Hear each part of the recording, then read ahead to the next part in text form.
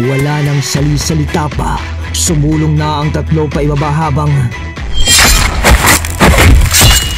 sakada sasalubong sa kanila na humahambalang sa kanilang madaraanan ay kanilang pinapaslang. Sa dako naman ni Maestro Muhan nang aalis na sana ang kaharap nito na matanda at tinalikuran na siya upang sa ganun ay habulin din sina Atan at papalipad na ito sa pagsasauwak niya. Biglang nasagi yun ng tulis ng sibat na ginto bago pa man ito makalayo. Dahilan upang biglaan itong sumadsad sa lupa sa paglipad niya sana. At nang may bumunot na ng gininto ang sibat,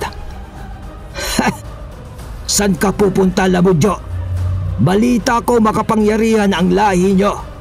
Ngayon ay malalaman ko na kung kuro-kuro lamang ang mga impormasyon na kumakalat patungkol sa inyong lahi." Salita ni Maestro Muhan na siyang bumunot ng malagintong sibat nito. Doon ay tumayo naman ang matandang Lamudyo. Ikaw? Ikaw pala ang nakasugat sa akin ng ganito. Hindi ako nagkamali na matataas nga ang karunungan na meron kayong apat. Buti na lang ay nakapagplano pa kami. Walang silbi ang plano mo, Lamudyo. Maubos lang ang angkan mo sa paghabol nila sa mga kasamaan ko. Tugon ni Maestro Muhan. Tignan natin, tanda. Pagkasalita ng matandang Lamudyo, nakipagtitigan ito kay Maestro Muhan. Kasabay ng pag-uutib nito ng sari-saring salita na para ng demonyo kung bumubulong.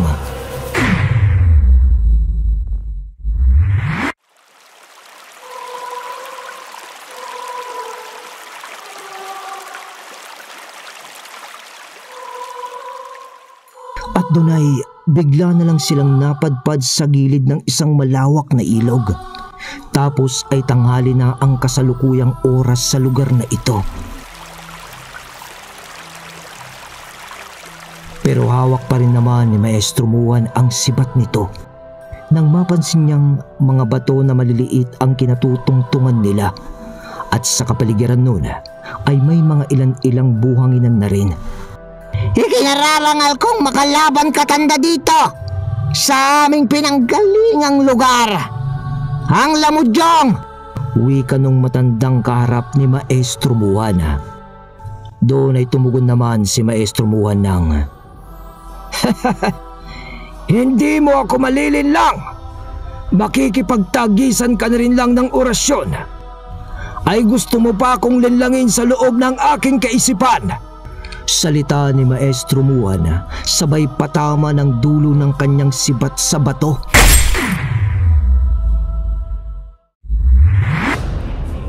At bigla ang pagbalik ng wisyo nila sa kabundukan at sa kasalukuyang totoong kaganapan. Papanong? Salita ng matanda na di na natuloy dahil baon ng sibat ni Makon ni Maestro Muhan sa kaharap niyang matandang Lamudyo. Sa pagkakatinginan pala ng dalawa kanina ay naglaban sila ng orasyon sa orasyon. Pero pilit na pinasok ng matandang Lamudyo ang wisyo ni Maestro Muhan. Kaya parang napunta sila sa ibang lugar sa kanilang kaisipan lamang. Dahil sa paniniwala ng matandang Lamudyo na madudurog niya ang espiritual na katauhan ni Maestro Muhan sa panlilin lang nito sa kanyang kaisipan. Ngunit mali ang impormasyong nakalap ko. Mahina pala kayo. Ngayon ay naniniwala na ako sa sinasabi mo na ang salita ay salita lamang at pwede itong manlinlang o manlansi. Kagaya nyo, di naman pala kayo ganun kadunong kagaya ng sinasalita ng iba. Wika ni Maestro Muhan.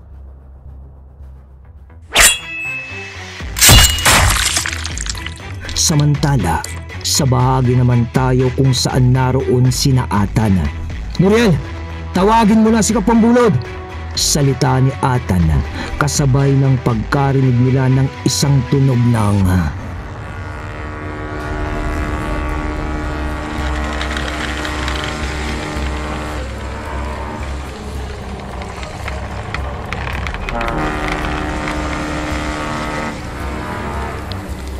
tunog ng sirena ng isang makalumang barko. Sa saglitang pagsipat ng tatlo, malapit na sa dagat ang gintong barko.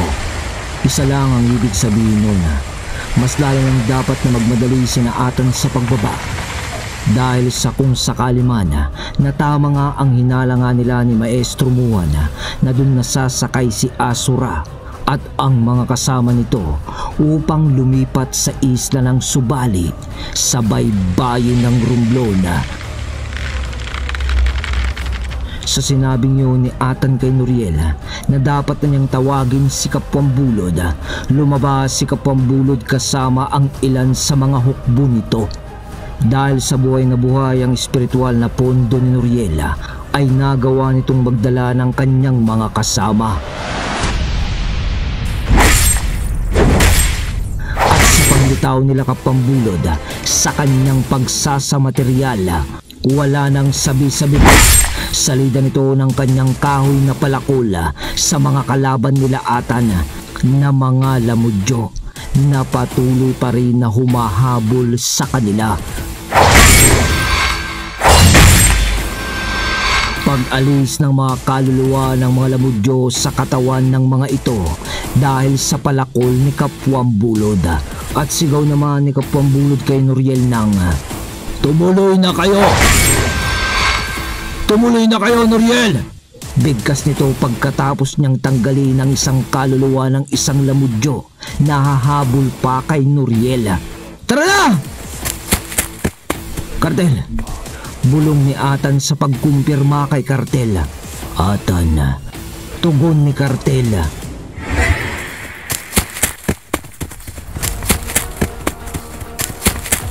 Sa tulong ng lakas pisikal ng mutya ng unggoy na nasa loob ng katawan ni Atan, bumulis ito sa pagkilos. "Burias!" bulong ni Nuriel sa gabay nito ng hangin, kasabay naman ng muling pagsakay ni Mulong sa kanyang baston sabay lipad. Dahil ngayon ay wala nang sagabal sa kanilang pagbaba, sinagad-sagad na nila ang kanilang bilis sa pamamagitan ng tulong ng mga gabay ng mag-ama at ang mahiwagang baston ni Mulong. At halos dumoble pa ang bilis ng kanilang pananakbo noon dahil sa pababa nga sila sa bundok.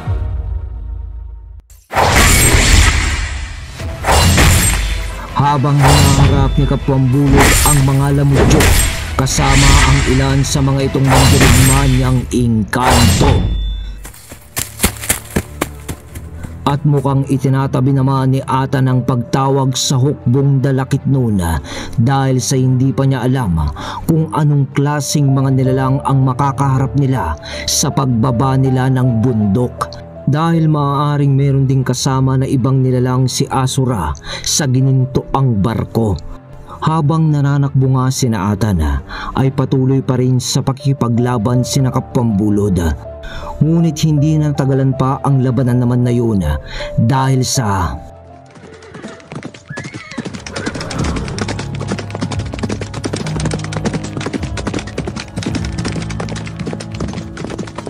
mga kabayo. Mga kabayong nagkumpulan na nakahilera naman ang paparating pababa. Madaraanan nila ang labanan nila Kapambulod at sa harap ng mga kabayong may mga nakasakay na parang mga mandirigmang kabalyero ay isang matanda na nakahawak ng nagbabagang sibat na malaginto.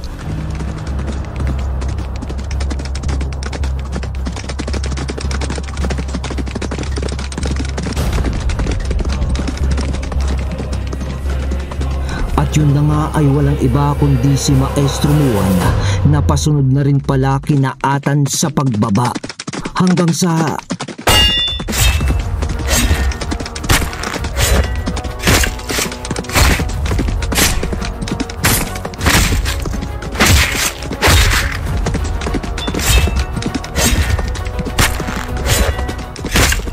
Sa pagdaan ng mga engkantong kabalyero ni Maestro Muhan, biglang nagsipulasan na ang iba sa mga kalaban nila Kapwang Bulod, kasabay ng pagbanggit ni Kapwang Bulod ng, "Tapos na! Tapos na tayo dito! Nandito na ang kampe ng aking ginagabayan, na ang gabay naman ay ang Diyos ng digmaan." Sa huling sambit noon ni Kapwang Bulod ay ang huling tuluyan naman nitong paglaho at ng mga kasama nito sa pagdaan ng mga kabalyero ni Maestro Muhan, na parang linimas na lang natitirang lamudyo na pilit na tumatakas noon dahil sa kanilang pagkatalo.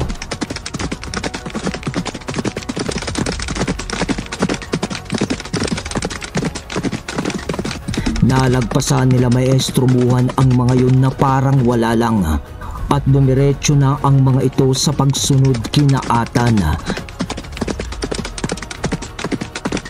Nang ilang sandali pa ang lumipas, sa pagtakbo nila Atan nga ng mabilis,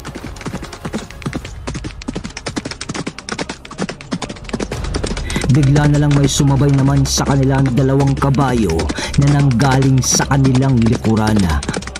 At nang saglitan itong lingunin ng mag-ama, andyan na rin si Maestro Muhan. Kaya't walang pag-atubili pa.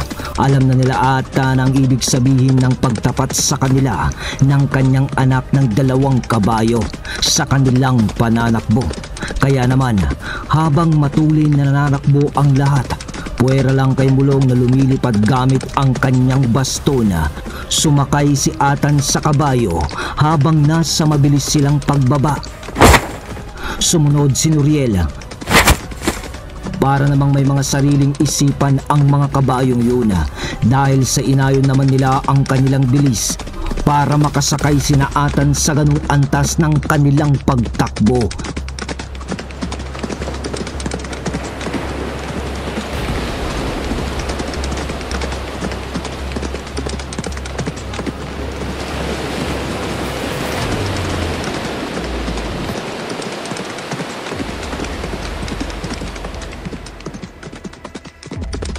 At hanggang sa maya-maya pa ay nasisipat na nila ang dagat mula sa patad na lupa. Kasabay noon ang pagdaong naman ng ginintuang barko. Sa harap noon ay nakita nila ang mga malaasong nilalang din na mapapayat na nakaabang sa pagdaong noon. Kasabay noon ang paglingon pa ng isang nilalang na parang lumapit sa paningin ni Atan mismo ang pagmumuka nito sa pagsipat niya dito. At yun ay si Asura, yung parang nag-zoom in mga kabagis ang tinginan nila. Kahit malayo pa sila sa isa't isa, ganun sabay tingin nila ng mata sa mata ni Atan. Kasabay ng pagngisi ni Asura na parang nagpapahiwatig na huli na sina Atan at panalo na siya sa kanyang planong pag-alis sa baybayin ng Siquijor.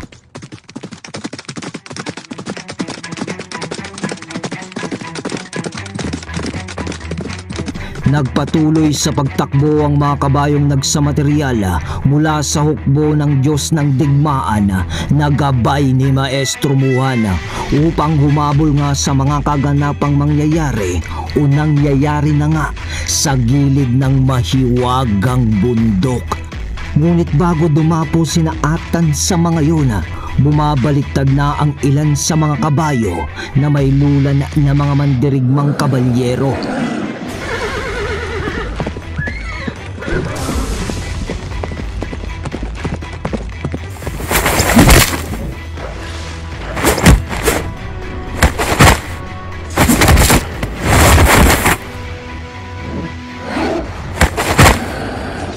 Dahil sa pagsalubong ng ibang nilalang na kasama ni Asura sa buong paligid.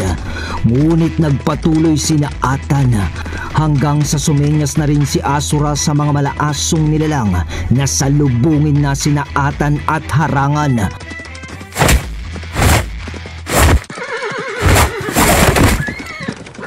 At noon nga ay patuloy pa rin ang pagkalagas ng hukbo ng Diyos ng digmaan sa panig nila Atan at sa pagtakbo ng kumpulan ng mga malaasong nilalang naman sa kautusan ni Asura. Hagis ni Maestro Muan naman ang kanyang gininto ang sibat. Kasabay noon ang pagkabaliktad ng kabayong sinasakyan din ni Maestro Muan, pati ang kabayo ni Nuriel. Halos sabay na yon sa paglusot ng ibang nilalang na sumalubong sa kanila. Nang bumaba naman na si Mulong ng mabilis at hinarap ang iba sa mga nakalusot na nilalang sa pag-ataking ginawa ni Maestro Muan ng kanyang sibat. Marami ring tumumba sa presensya ng sibat ni Maestro Muan, ngunit marami pa rin ang nakalusot at yun ang hinarap ni Mulong.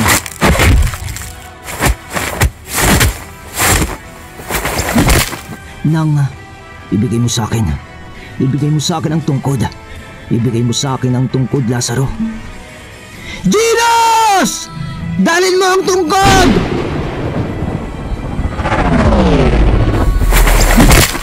Sigaw ni Atan kasabay ng pagtilapon naman nito dahil sa napatid na rin ang kabayong nasakyan niya dahil sa iba pang nakalusot na kasamaan ni Asura para salubungin sila.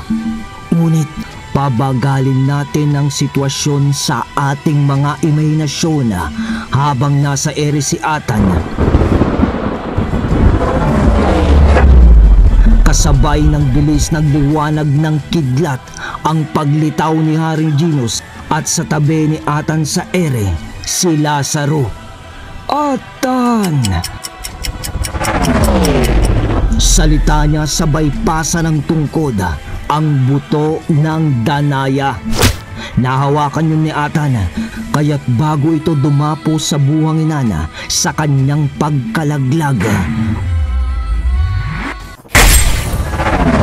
Pagtama nito ng tungkod sa buhanginan ng Marina habang ang mga mata nito ay nakatuon sa kinalalagyan ni Asura sa pagtalon ni Atan sa pagitan ng segundo ng mga pangyayari. Bunot nga ng isang kaputol ng talim ng balaraw.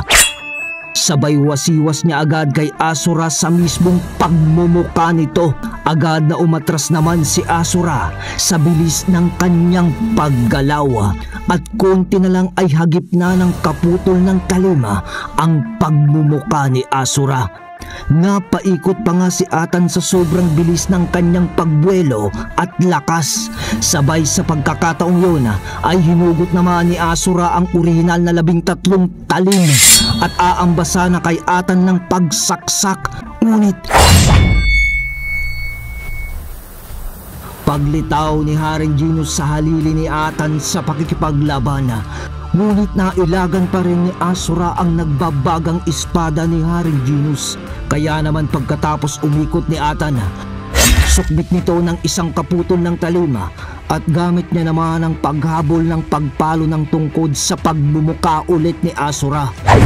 Ngunit lumundag ulit si Asura ng malakas papaatras upang di ito tamaan ng tungkod. At nang susugod naman na ulit si Ginos kay Asura, may isa ring nilalang na ginintuan ang kulay ng buhok ang tumapat naman sa nagbabagang espada ni Haring Ginos na galing sa ginintuan naman na barko. Hari ng dalakit nun, bakit ka nandito? Salita ng nilalang sa paglalaban nila ng puwersa sa pamamagitan ng mga talim ng kanilang espada. Naglalayag pa pala kayo, mga basurang uri ng engkanto. Tugon naman ni Haring Ginos dito.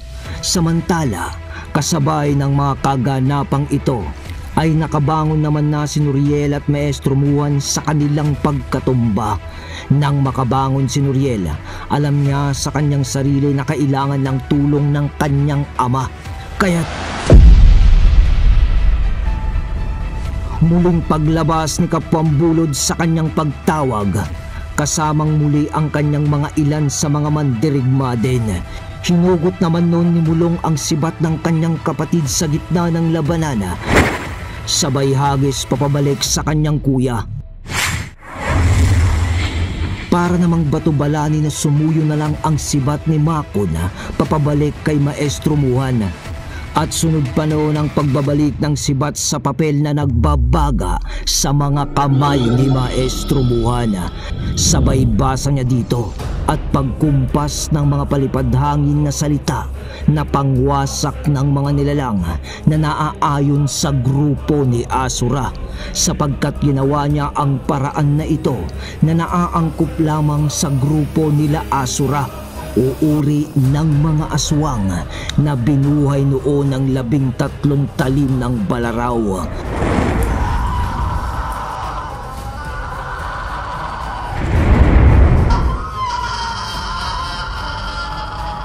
Kaya't may mga ilan sa mga nilalang ang nasusunog na dahil sa ginagawang yun ng matanda. Wala nang pahipahinga pa sa pagkakataong ito dahil si Nuriel naman ay pilit na gumawa ng kanyang daan patungo sa kinaroroonan ni Atan na kasalukuyan naman na kinakalaban na si Asura. Ngunit parang walang layunin noon si Asura na kalabanin si Atan.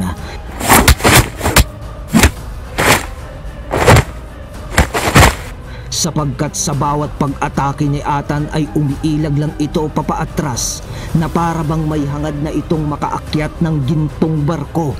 Subalit hindi yun pakakawalan ni Atan sa mga sandaling yun nang biglang dumating naman si Lazaro malapit kay Atan. Hagis ni Atan ng tungkod sa tagapaglilok. Bago masalo ni Lazaro ang tungkod, hugot muli ni Atan ng kaputol ng 13 talim ng Balaraw at sa pagkakataong yun ay 2 na. At pagkasalo naman ng tagapaglilok ang tungkod, litaw nito sa tabi naman ni Asura. Sabay wasiwas ng tungkod, tumama yon sa katawan ni Lazaro na siyang nagpatigil sa kanyang pagkilos dahil sa malapit ng mahugot ang diablong kaluluwa nito dahil sa tungkod. Sa ilang hakbang ni Atan upang ibao ng 2 kaputol ng 13 talim ng Balaraw kay Asura, ay siya namang pagdagit sa kanya ng isang lumilipad na nilalang, kaya hindi na ituloy ni Atan na itarak ito. At sa bilis ng mga pangyayaring yun, sa pagpalo nga ni Lazaro ng kanyang tungkod kay Asura, sa pagtigil nito, higit pa sa bilis ng 1 segundo, bumalik ang nakakalas nitong kaluluwa ng diablo. Nang itarak niya ng bigaanong mariin sa kanyang braso ang orihinal na 13 talim, bumalik ang kaluluwa niya sa kanyang katawan. At nung nabawi na niya ang kanyang wisyo, wasiwas niya ng talim kay Lazaro. At doon ay agaran naman na umatras si Lazaro, dala ang tungkod.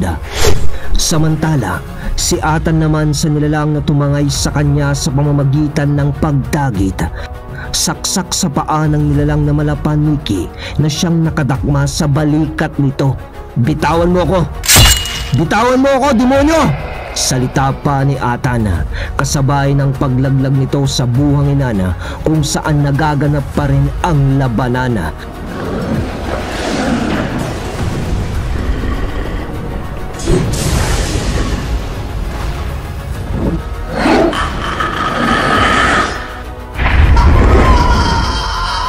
Samantalang patuloy pa rin sa pagwasak si Maestro Muhan ng mga nilalang na nahahagip ng kanyang palipad-hangin na namumutawi sa pagbulong ng kanyang bibig mula sa libretang bato na mutya ng bulkan.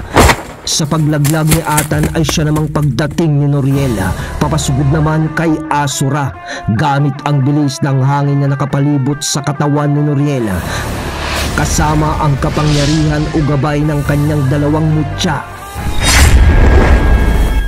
Atake nito gamit ang kanyang talibong na nooy umaapoy na dahil naman sa kapangyarihan ng mutya ng apoy ni Cyrus.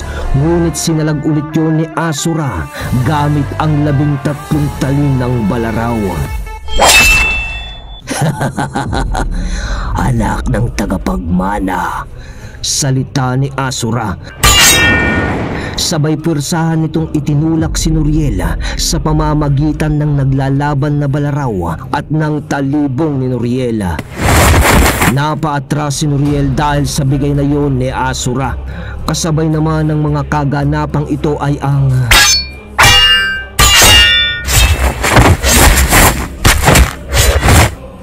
paglalaban pa rin ni Haring Ginos at ng may kulay na ginintuhan na buhok din na nilalang, na ayon nga sa bigkas ni Haring Ginos ay uri din ng engkanto.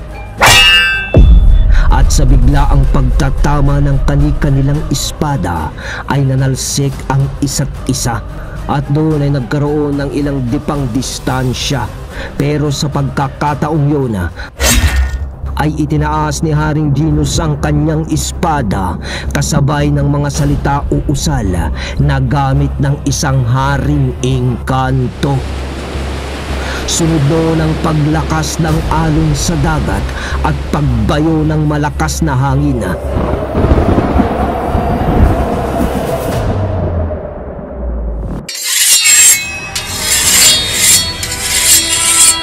At doon ay lumabas naman ang daan-daan na hukbo ni Haring Ginos mula sa kawalan. At doon ay mas lalo nang naging tagilid ang laban para sa grupo nila Asura. "Alis na tayo! Alis na tayo!" salita ng nilalang ng pasigaw nang makita nitong nasa panig na nila Atan ang tagumpay sa nagaganap na digmaan sa gilid ng dagat na yun. Habang ang mga malaasong nilalang na mapapayat na mga kasama noon ni Asura ay nag-uunahan na umakyat sa ginintuang barko. Dahil naman yun sa mga pinapakawalang palipad hangin ni Maestro Muhana, nang nagsabay ng sumugod ang mag-ama kay Asura. Halos sabay na itinarak ng mag-ama ang kaputol ng balaraw at ng talibong ni Nuriel. Pero parang may isang baluting enerhiya na bumalot kay Asura na galing sa liwanag na ginintuang barko na bumalot dito. Kaya't hindi na bumaon sa katawan ni Asura ang tag-isang patalin ng mag-ama. Samantalang nakaapak lang naman sa tubig nun si Asura. Pero may asin yun, bakit hindi siya tinatablan ng alat ng dagat? Ganon din ang iba pang malaasong nilalang na umaakyat sa ginintuang barko sa mga nakalaylay na hagdanan na gawa sa tali. Lumipad naman noon si Mulong-Lulan ng kanyang baston upang sumagupa sa ibabaw mismo ng barko. Ngunit nung halos matapatan na nito ang barko at bababa na sana ito sa ibabaw noon,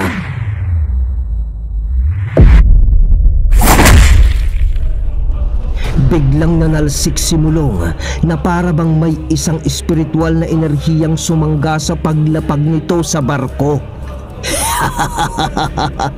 "Huli na ang lahat, Nathaniel. Akin na ang balaraw na to. Ni kailanman ay hindi mo na ito mababawi. Mag-iipon lang kami ng lakas.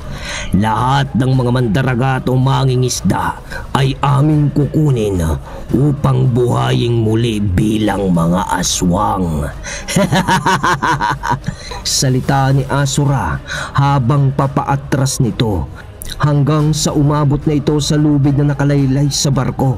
At bigla ang pag-angat nito sa paghila ng iba pang nilalang sa lubid hanggang sa nakasakay na ito sa barko.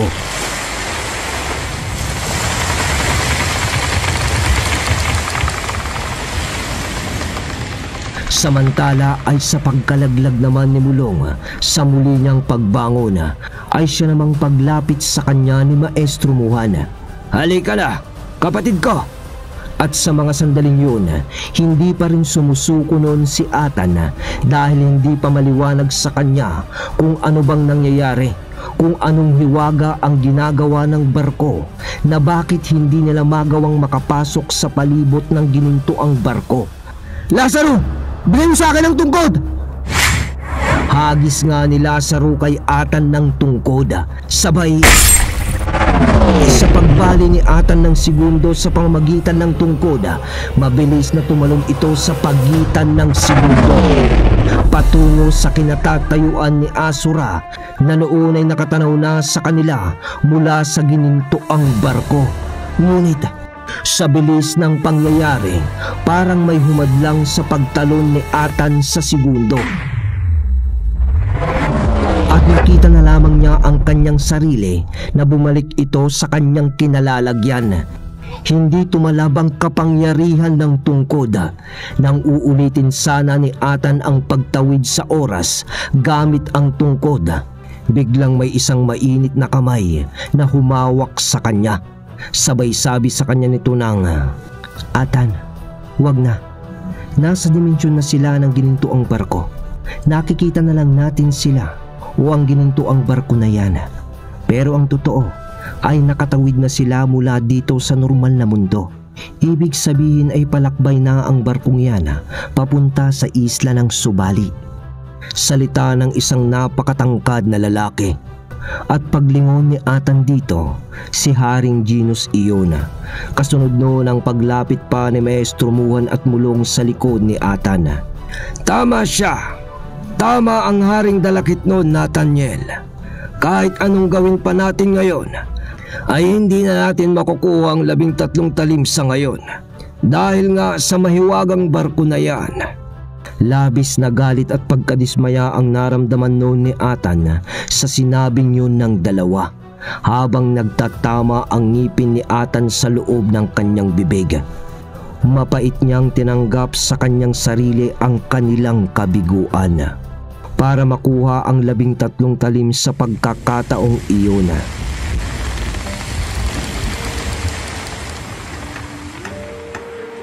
Habang masama ang kanilang tingin sa paglayo ng barko sa pampang ng dagat, napapahigpit na lamang ito ng hawak niya noon sa tungkod. Habang nagtititigan pa sila ni Asura papalayo.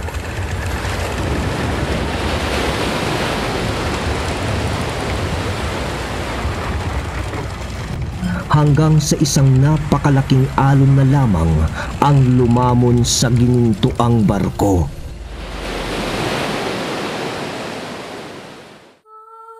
At sa paghupa nito ay siya namang pagkawala nito kasama ang buong kasamahan ni Asura. Si Asura kasama ang 13 talim ng Balaraw. "Kapambulad!" At sa paglitaw pa ni Kapambulod sa tabi ni Noriel, "Kapambulod, wala na bang paraan? Gamitin mo ang kapangyarihan mo sa tubig." Salita pa ni Noriel ngunit, "Pasensya ka na, Noriel. Dahil sa ngayon ay wala akong magagawa sa mga kaganapang ito. Dahil gaya ng ibang kahiwagaan sa mga ibang bagay, gaya ng ginintuang barko, ay hindi nasaklaw ng aking kapangyarihan." Tugon ni Kapambulot kay Noriel. Napahigpit na rin lang ng hawak ng puluhan noon ng talibong si Noriel sa sinabing yun ni Kapambulod. "Nathaniel, minsan ay kailangan natin talagang magpaubaya para sa susunod na pagkakataon." Komento pa ni Haring Genus na tahimik na ang kapaligiran at natapos na nga ang kaguluhan sa gilid ng dagat. At nang mga ilang minuto pa noon na nakahilera ang apat kasama si Kapambulod at Genus, pati ang tagapaglilok sa gilid ng dalampasigan, habang nakatanaw sa malawak na dagat. Sa pagkakataong yun,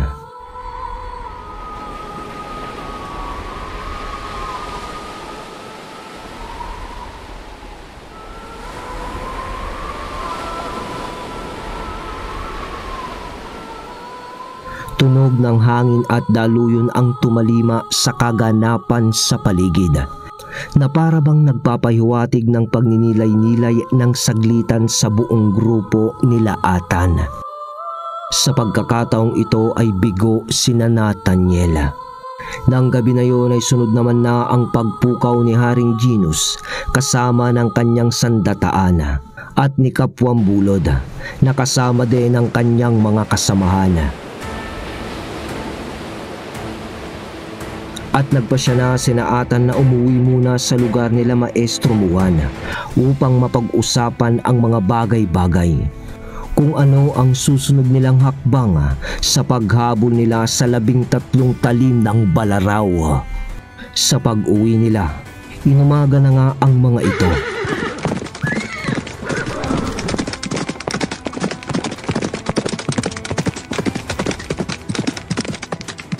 Pagkatapos nilang sumakay sa mga kabayo ni Maestro Buwan at bago pa nila marating ang isang bayan ay pinawala na ni Maestro Muhan ang mga kabayo at nagpasya na lamang na maglakad.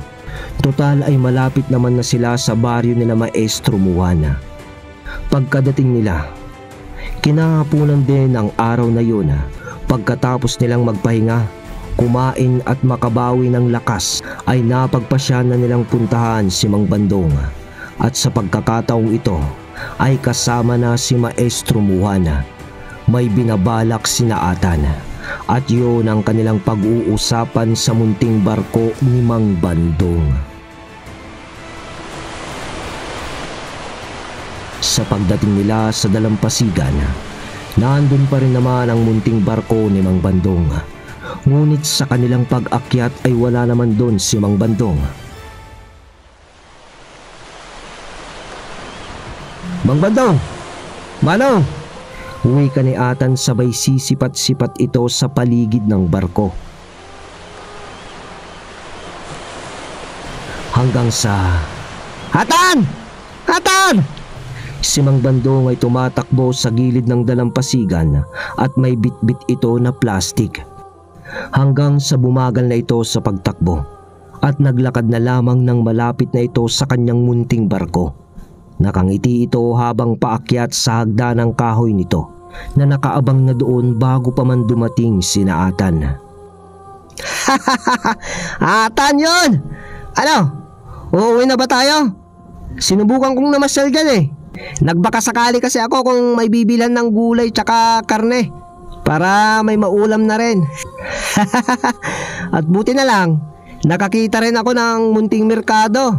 Di kalayuan dyan. Parang talipapa. Madaldal na bati ni Mang Bandong. Pero segundong hindi umimikno ng apat at pilit ng ngiti lamang ang naitugon nila kay Mang Bandong. Kaya't doon ay nagsalita ulit si Mang Bandong ng sino yung isa Atan? Iyang matanda? Tanong ni Mang Bandong na medyo napawi ang ngiti ng saglitan. Doon ay tumugon naman si Atan at sinabing, siya si Maestro Muhan, bagong kaibigan natin, Mang Bandong. Isa sa tagapagbantay ng kaputol ng 13 talim. Kapatid siya ng una nating nakilala. Ito si Mulong. Ganun ba? Tugon ni Mang Bandong na may pagtataka dahil siguro sa naisip niyang bakit nandun ang dalawang magkapatid. Kaya't nagsalita ulit si Atan para basagin ang ilangan sa usapan. Pasensya ka na, Mang Bandong. Natagalan kami. Tamang-tama yung mga pinamili mo. Dadagdagan na lang natin yan siguro. Anong ibig mong sabihin, Atan? Ang mabuti pa, Mang Bandong, maupo muna tayo. Kumain na ho ba kayo? Eto, may dala kaming baon. Sobra namin kaninang tanghalian. Busog pa naman ako, Atan eh. Di, kung ganun, maupo muna tayo, Mang Bandong. At may tatalakayin lang tayo na problema. Hindi na naimik noon si Mang Bandong at napakunot na lang ng noo at napakamot ng ulo dahil sa sinabing salita ni Atan na problema na naman. Pumesto nga noon ang 5 sa kung saan komportable silang makaupo sa gilid-gilid ng munting barko at nag-usap-usap.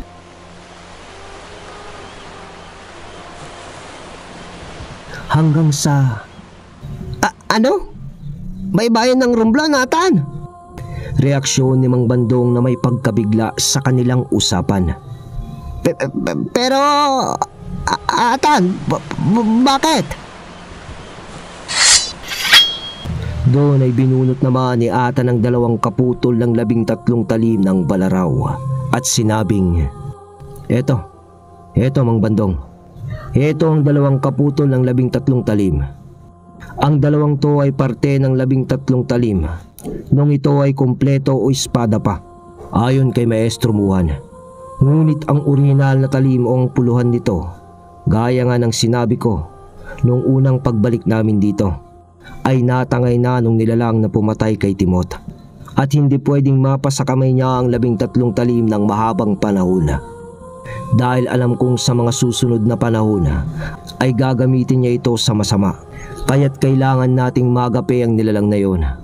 Ang 2 to na nakikita mo, Mang Bandong, na patalim, kasama ang 13 talim ng balaraw, ayon kay Maestro Muhan, ay siya lamang ang kayang pumatay sa nilalang na yon na nagngangalang Asura. Ibig sabihin nun, Mang Bandong, tanging ang grupo lang natin ang makakapigil sa nilalang na yon. Sinasabi nila na ang gintong barko na nakita namin ay ang siyang paraan lamang para makapunta sa lugar ng Subali, kung saan tumungo si Asura. Ngunit may alam itong 2 magkapatid sa isang isla na wala sa mapa, Mang Bandong, gaya ng isla ng Firum. Doon tayo pupunta. Ano? Gintog barko? May kayamanan doon, Atan? Mang Bandong, alam ko na ang nasa isip mo. Pero ang gintong barko na yon ay hindi sa material, at ni kailanman ay hindi mapapasa kamay ni Numan, dahil isa itong alamat. Pero nakita nyo, Atan? Tanong ni Mang Bandong na nanlalaki ang mga mata. Oo, Mang Bandong, nakita namin, at hindi kagaya ng inaasahan ng iba. Ang barkong yun ay delikado, balat kayo lamang ang maningning nitong figura. Ganun ba, Atan? Bueno, Mang Bandong, yun lang ang pakiusap ko sa'yo. Kung sana ay masamahan mo pa ulit kami sa huli nating paglalayag. Kung iyong mamarapatin, biglang liko ni Atan ng usapan patungkol sa ginintuang barko.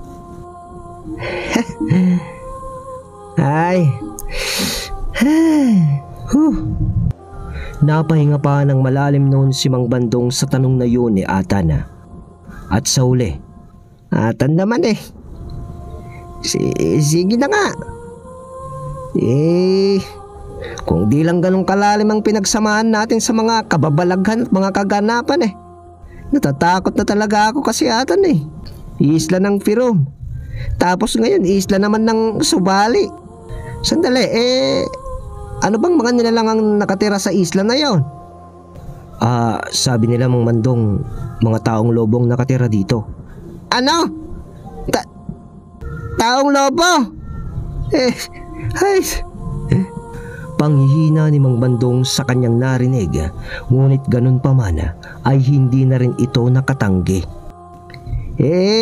Paano naman natin makikita ang isla na yon? Kung gayong nakatago nga ang islang yon, Atan, buti pa yung isla ng Firum na pinuntahan natin. May dala tayong kapirasong kahoy. Tanong na kulit ni Mang Bandong. Huwag kang mag-alala, Ginoo. Kami na ang bahala nun ng kapatid kong si Mulong. Singit na sagot naman ni Maestro Muhan. Ganun ho ba, Manong? Kailan tayo maglalayag, Atan? Bukas ng maaga, Mang Bandong. Aalis tayo at maglalayag. At ngayon ay kailangan na natin kumuha pa ng ilang mga gamit. Tsaka makakain na rin. At si Maestro Muhan na rin ang bahala doon. Doon nga ay naghanda na ang 5 para sa kanilang paglalayag papunta sa baybayin ng Romblon. Ngunit sa pagpayag ni Mang Bandong, may konting kahilingan lang ito na pinayagan naman ni Atan. Dahil parang para na rin sa kanilang mag-ama ang gustong gawing unang hakbang ni Mang Bandong. At yun ay ang umuwi muna sa Mindoro upang makita ang kanyang mga anak, bago ang paglalayag nila papuntang Romblon. At sasamantalin naman na nila Atan yun para makita ni Nuriel ang kanyang ina't kapatid si Hazel at Freya, at syempre ang kanyang asawang si Diwata.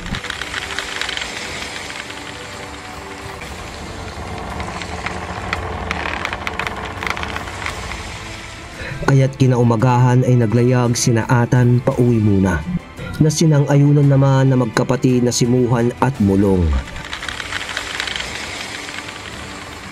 At sa mahabang mga oras nilang paglalayag ay nakauwi na nga sila ng Mindoro.